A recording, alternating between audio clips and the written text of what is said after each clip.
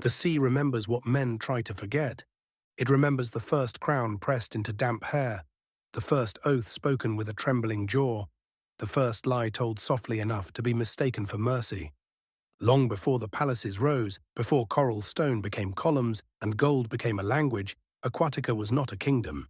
It was a vast, breathing world, ancient trenches and luminous gardens, violent currents that moved like temper, and quiet coves where even predators drifted as if under prayer. The surface called it ocean. Aquatica called it home, and home was not something that could be owned. Then came the age of naming. The first emperors did not conquer the sea with armies. Armies came later, after ambition learned to put on armor. In the beginning, the sea was approached like a god, with offerings, with fear, with stories that held the people together when storms shattered their certainty. Those stories spoke of a place the elders would not describe in full. They called it beyond the sea.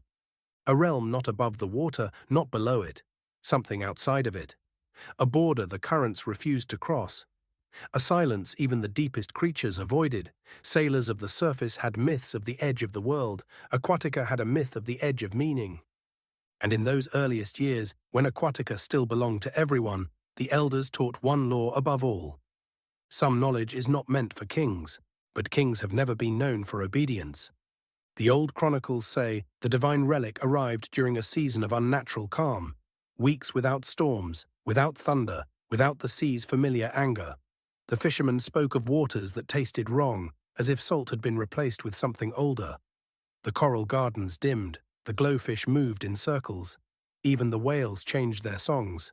And then one morning, the tides did something they had never done before.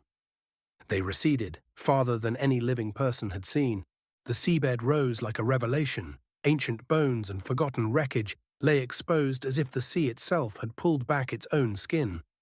Aquatic citizens gathered in a stunned hush, drifting above the revealed floor in clusters, their lanterns trembling in their hands.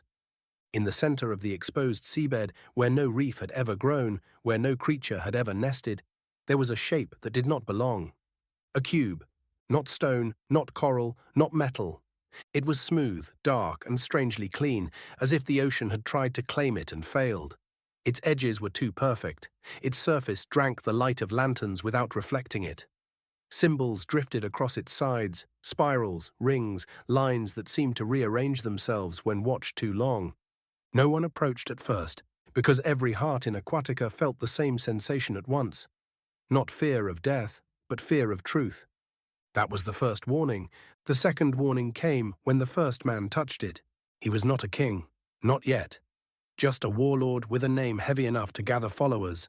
An ambitious soul who carried the calm confidence of someone who had never been denied anything important.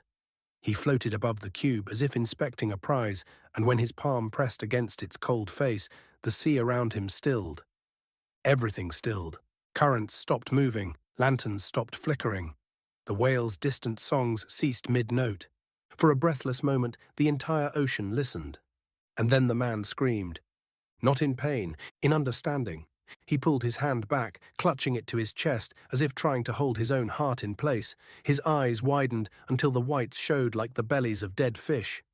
He began to speak rapidly, words spilling out in a desperate rush, as if he had seen too much and needed to unload it before it burned through him.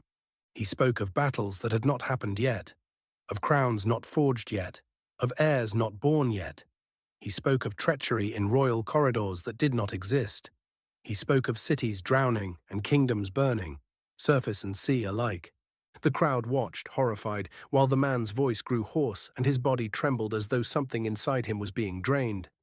Then, just as suddenly as it began, he fell silent. His mouth closed. His eyes softened. He floated there like a statue carved from flesh, alive but empty. His lantern slipped from his fingers and drifted down onto the seabed with a quiet tap. The elders didn't need counsel after that. They declared the cube divine, not because it glowed, not because it granted blessings, but because it did what no weapon ever could. It made a man lose himself without spilling a single drop of blood. They tried to bury it. They tried to cover it in rock and coral and prayer. They tried to move it. Nothing worked. The cube remained where it arrived, untouched by time, untouched by the sea's claim. But it did not remain silent. Its presence pressed against Aquatica's mind.